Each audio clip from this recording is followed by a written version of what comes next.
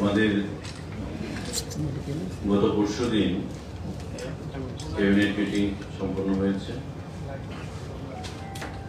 কিছু সিদ্ধান্ত গ্রহণ করা হয়েছে। তার মধ্যে দুটি গুরুত্বপূর্ণ সিদ্ধান্ত যা চাকরি সংক্রান্ত, সেগুলো আজকের এই সাংবাদিক বৈঠকে আমি আপনাদের মাধ্যমে জানাতে চাইছি রাজ্যের জনগণকে। দুটো সিদ্ধান্তের মধ্যে হচ্ছে education school department proposal for filling up of 118 post of postgraduate teacher computer science for education school department government of Tripura। আমাদের যে বিদ্যাজ্যোতি স্কুলগুলো রয়েছে 125টা, আপনারা জানেন যে এই সরকার গঠিত হওয়ার পর বিদ্যাজ্যোতি প্রকল্প চালু হয় এবং প্রথম ধাপে 100টা, পরবর্তী সময়ে 25টা স্কুলকে তার অন্তর্ভুক্ত করা হয়। সিবিএসসির অ্যাফিলিয়েশন প্রাপ্ত হয় এই বিদ্যাজ্যোতি স্কুলগুলো, এবং এই বিদ্যাজ্যোতি স্কুলগুলোতে পঠন পাঠন এবং ছাত্রছাত্রীদের কম্পিউটার শিক্ষা সঠিকভাবে আরো প্রদান করার জন্য 118খানা পোস্ট অনুমোদন হয়েছে এবং এগুলো শীঘ্রই রিক্রুটমেন্ট করা হবে ফর কম্পিউটার সায়েন্স। এই 118খানা পোস্ট বিদ্যাজ্যোতি স্কুলের জন্য। শিক্ষাগত যোগ্যতা থাকবে পোস্ট গ্রাজুয়েট, এবং যেই সাবজেক্ট কম্পিউটার সায়েন্স তার উপর পোস্ট গ্রাজুয়েশন, এবং বিএড ম্যান্ডেটরি। পাশাপাশি টিআরবিটি যারা টেট পরীক্ষা পরিচালনা করে থাকে, সেই টিআরবিটি এই পরীক্ষা পরিচালনা করবে এই 118 জন পিজিটি কম্পিউটার সায়েন্স শিক্ষক নিয়োগের ক্ষেত্রে বিদ্যাজ্যোতি স্কুলের জন্য। সাংবাদিক বন্ধুরা,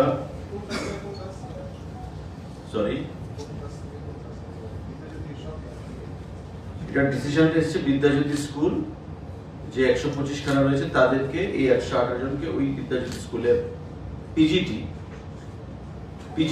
পোস্ট গ্রাজুয়েট।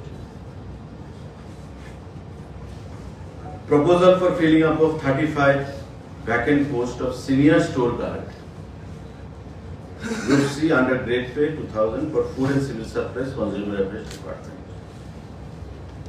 আমাদের খাদ্য দপ্তরের অধীন 35 vacant post senior store guard অনুমোদন দেওয়া হয়েছে ক্যাবিনেট বৈঠকের মাধ্যমে, এবং এটা গ্রুপ সি পোস্ট। জিআরবিটির মাধ্যমে আমরা অ্যাপিল করব, জিআরবিটিকে রিকোয়েস্ট করব যাতে রিক্রুটমেন্ট করা হয়। শিক্ষাগত যোগ্যতা হবে মাধ্যমিক পাস, এবং এটা হবে রোস্টার বেসিস রিজার্ভেশন। 35খানা সিনিয়র স্টোর গার্ড, এই senior store guard group C post জিআরবিটির মাধ্যমে সেখানে আমরা দপ্তর থেকে রিকোয়েস্ট করা হবে জিআরবিটিকে রিক্রুটমেন্ট করার জন্য। গত পরশুদিনের ক্যাবিনেট মিটিংয়ে সিদ্ধান্ত গ্রহণ করা হয়েছে 118খানা PGT computer science teacher for Vidyajyoti schools, যার শিক্ষাগত যোগ্যতা হবে কম্পিউটার সায়েন্সে পোস্ট গ্রাজুয়েট এবং বিএড ম্যান্ডেটরি। টিআরবিটি তার পরীক্ষা গ্রহণ করবে। আর 35খানা ফুড অ্যান্ড সিভিল সাপ্লাইজ ডিপার্টমেন্টে সিনিয়র স্টোর গার্ড, যেটা গ্রুপ সি পোস্ট, আমরা রিক্রুটমেন্ট করব। জিআরবিটিকে আমরা রিকুইজিশন পাঠাবো যাতে তারা এই রিক্রুটমেন্ট সম্পন্ন করে। আরও কিছু সিদ্ধান্ত আছে, সেগুলোর মধ্যে এই দুটো রিক্রুটমেন্ট বেসিস, রিক্রুটমেন্ট সঙ্গে যুক্ত এই দুটো সিদ্ধান্ত আপনাদের মাধ্যমে আমরা আজকে জানিয়ে দিলাম। তার জন্য আপনাদেরকে এখানে ডাকা হয়েছে খুবই সংক্ষিপ্ত এই প্রেস ব্রিফিং এর জন্য। সবাইকে ধন্যবাদ। মানে সরকারি টেন্ডার দেওয়ার ক্ষেত্রে বিভিন্ন সংবাদপত্রে এখন আর দেওয়া হবে না এরকম একটা সিদ্ধান্তের কথা শোনা যাচ্ছে। আমি জাস্ট সারাদিন মিটিং এ ছিলাম, আমার নলেজের ব্যাপারটা ডিটেল আসেনি। সার্কুলার একটা আমি দেখেছি বিভিন্ন সোশ্যাল মিডিয়াতে ঘুরছে, তবে দপ্তরের সঙ্গে কথা না বলে, অফিসারদের সঙ্গে কথা না বলে, মাননীয় মন্ত্রীর সাথে কথা না বলে আমি এই বিষয়ে কোনো কিছু বলতে চাই। গতকাল কংগ্রেসের বিধায়ক সুদীপ রায় বর্মন বলেছেন, অনেকটা আপনার প্রশংসা করে সরকারের সমালোচনা করেছেন, কি বলবেন যে খাদ্য দপ্তরে রেশন সামগ্রী দেওয়ার ক্ষেত্রে উনি সঠিকভাবে খবর রাখেন না বোধহয়। নিশানা করাই যদি মূল উদ্দেশ্য হয় বা আক্রমণ করাই যদি মূল উদ্দেশ্য হয়, তবে আমি সে কথা বলছি না। কাকে দোষ, কাকে টার্গেট করা সেটা আমি পরে আসছি, কিন্তু আগে being a responsible citizen or a responsible political leader, আমি আগে জানবো যে হোয়াট ইজ হোয়াট, কি হচ্ছে। আমি অনুরোধ করব, রিকোয়েস্ট করব, he is a seasoned politician, senior politician of the state, he must know it properly. আগে জানুন, তারপরে বলুন। You must be a good listener first, then you speak. আপনি না জেনে না শুনেই আপনি বলে দিলেন। কিছু কিছু কথা উনি বলেছেন, আমি পরবর্তী সময় দেখেছি ফুড ডিপার্টমেন্টের ফাইল অন্য জায়গায় যাচ্ছে উনি বলছেন, which is far away from truth.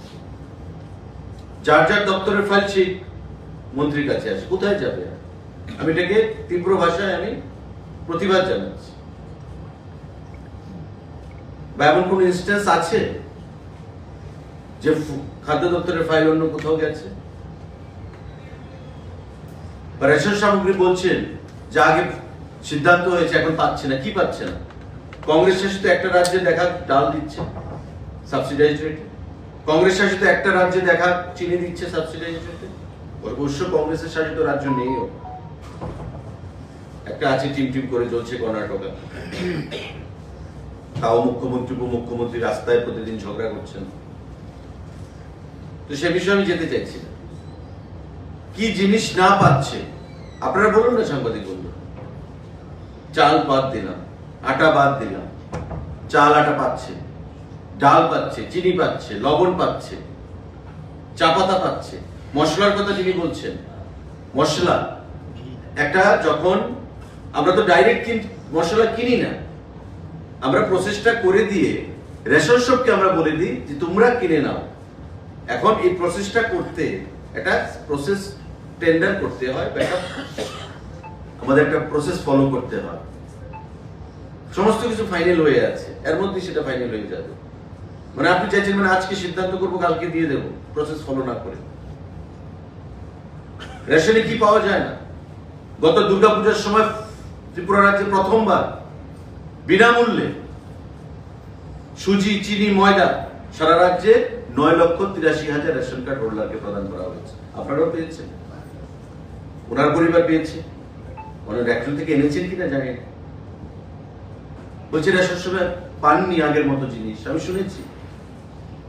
আমি যে দপ্তরকে চালাচ্ছি সেই দপ্তরকে আঙ্গুল দেখিয়ে আমার প্রশংসা করে তো লাভ হবে না। হোয়াট ইজ হোয়াট মানুষ বুঝে, আমরাও বুঝি। বা যে কথাগুলো বলেছেন আমি সেটাকে প্রতিবাদ জানাই, এবং রেশন শপের মাধ্যমে সমস্ত কাজ স্বচ্ছভাবে, ট্রান্সপারেন্ট ভাবে সেখানে পরিচালনা করা হয়।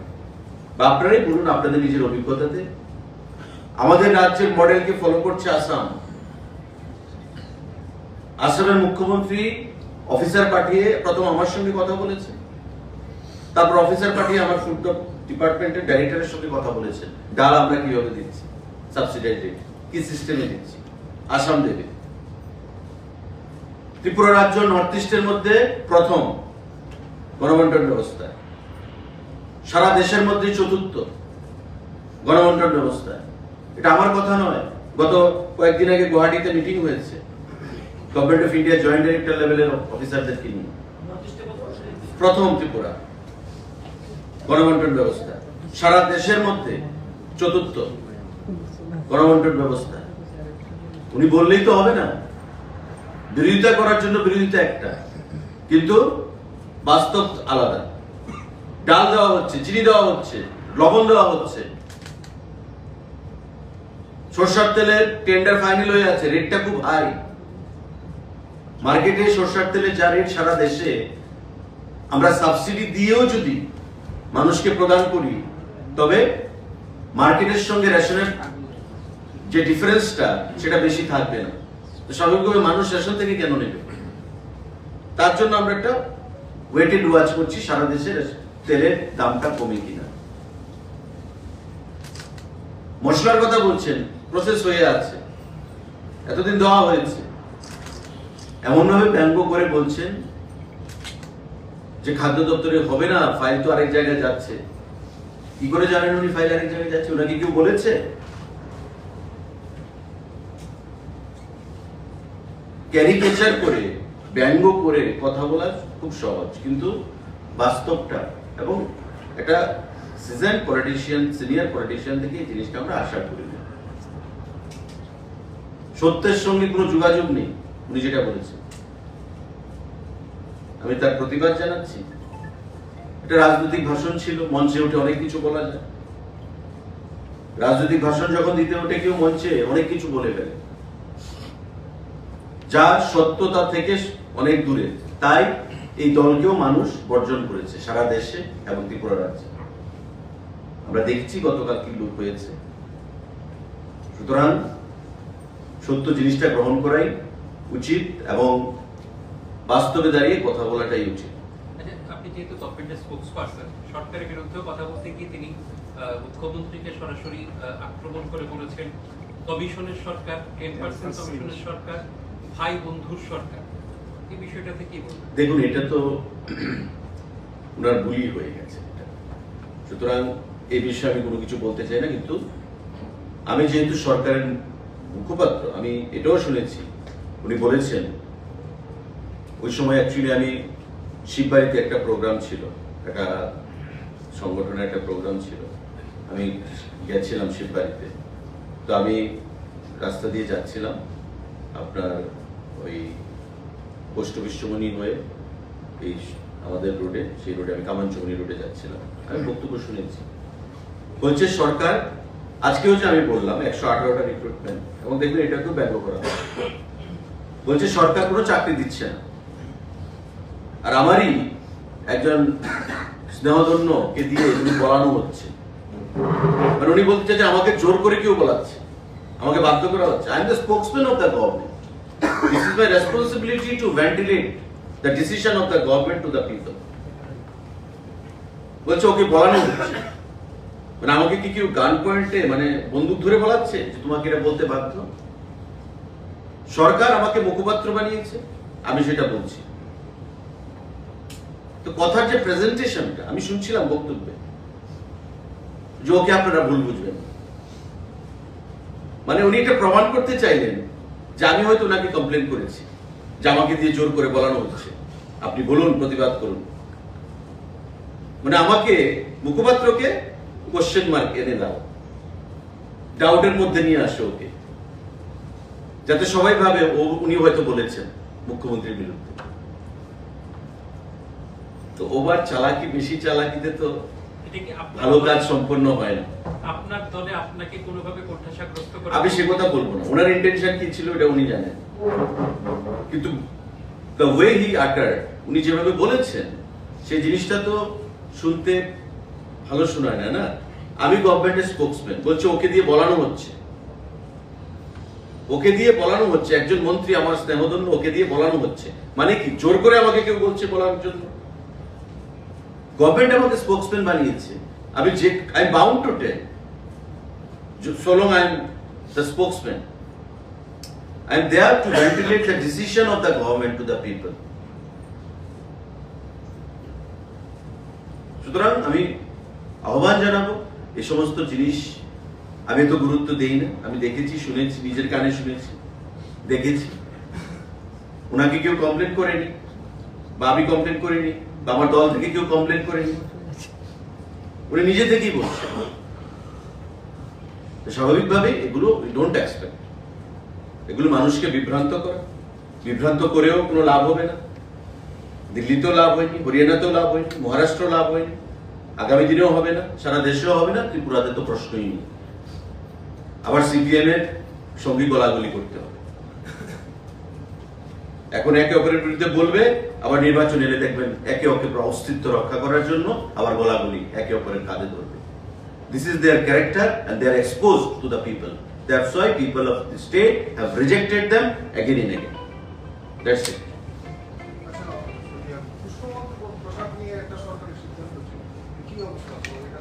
এটা এগুচ্ছে, যেটাই হবে আগামী দিনে। পুষ্পবন্ত প্যালেস নিয়েও ক্রোকোডাইল টিয়ার উনি করেছেন।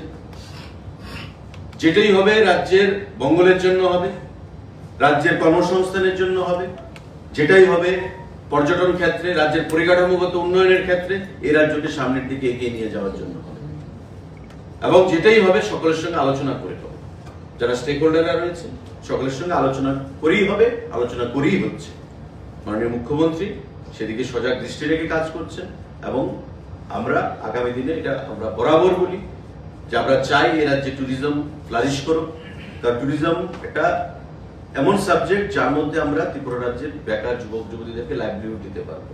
এবং এই পুষ্পবন্ত প্যালেসে কম করে হলো 200 থেকে 400 রাজ্যের যুবক যুবতীরা ডাইরেক্ট চাকরি পাবে, ইনডাইরেক্ট আরো হবে শত শত। আর ত্রিপুরা রাজ্যের যে ফেসটা সেটা বহির্বিশ্বে একটা গুরুত্বপূর্ণ জায়গায় চলে যাবে। যেটাই হবে সকলের সঙ্গে আলোচনা করেই হবে, আলোচনা করেই হচ্ছে, সমস্ত কিছু পজিটিভ ডিরেকশনে হচ্ছে। দাদা, টিপ্রা মোথা নিয়ে আপনার এখন রাজ্য সরকারের কি স্ট্যান্ড পয়েন্ট? কারণ টিপ্রা মোথা যিনি সুপ্রিম বারংবার বলছেন যে যতগুলি আর যদি এখন ওনাদের যে দাবি সেটা যদি না মানা হয় তিনি যে কোনো সময় সরকার থেকে সাপোর্ট তুলে নেবেন এবং বেরিয়ে যাবেন। এবং বারংবার তিনি একটা উগ্রপন্থার হুমকি দিচ্ছেন যে যদি আবার উগ্রপন্থা যদি হয় একটা বিভাজনের একটা করার চেষ্টা করছে। তো রাজ্য সরকার কি এটাকে সমর্থন করবে? বর্তমান দেখুন, আমি তো বারবার বলেছি, আমরা বলেছি, আমাদের সরকার বলেছে, they are an integral part of our government now. যেহেতু তারা কোয়ালিশনে আছেন, তারা আমাদের সঙ্গে আছে এবং কেন্দ্রীয় সরকার আমাদের স্বরাষ্ট্রমন্ত্রী নিজে ব্যাপারটা ডিল করছে। সুতরাং এখানে আমার বলার কোনো এখতিয়ার নেই। কেন্দ্রীয় সরকার যা সিদ্ধান্ত নেবে রাজ্য সরকার সেটা দেখতে মানবে। কেন্দ্রীয় সরকার যা সিদ্ধান্ত গ্রহণ করবে আগামী দিনে রাজ্য সরকার সেই দিশায় কাজ করবে। কিন্তু we are in favor of peace, fraternity, tranquility পক্ষে আমরা। আপনি যেটা বললেন যে উগ্রপন্থা কোনো কালেই সলিউশন ছিল না। উগ্রপন্থা যারা করেছে ত্রিপুরা রাজ্যে তারা নির্মূল হয়ে গেছে। উগ্রপন্থা ডেমোক্রেসির শত্রু, উগ্রপন্থা উন্নয়নের শত্রু। যারা উগ্রপন্থাকে প্রশ্রয় দেয় তারা নিজেরা নিজের শত্রু হিসাবে বিবেচিত হবে আগামী দিনে। সুতরাং মেইন স্ট্রিমে থেকে, ডেভেলপমেন্টের স্ট্রিমে থেকে, রাজ্যের উন্নয়নের স্ট্রিমে থেকে উই বিলিভ ইন কোহেসিভনেস। এক ভারত অখণ্ড Bharat, this is our policy. We want to give more empowerment in terms of development, in terms of education sector, in terms of health, sanitation, water supply, PMAY Awas. These are the criteria. Not Ugrapantha. Ugrapantha has never been a solution. It will never be a solution in the coming times also. That's it.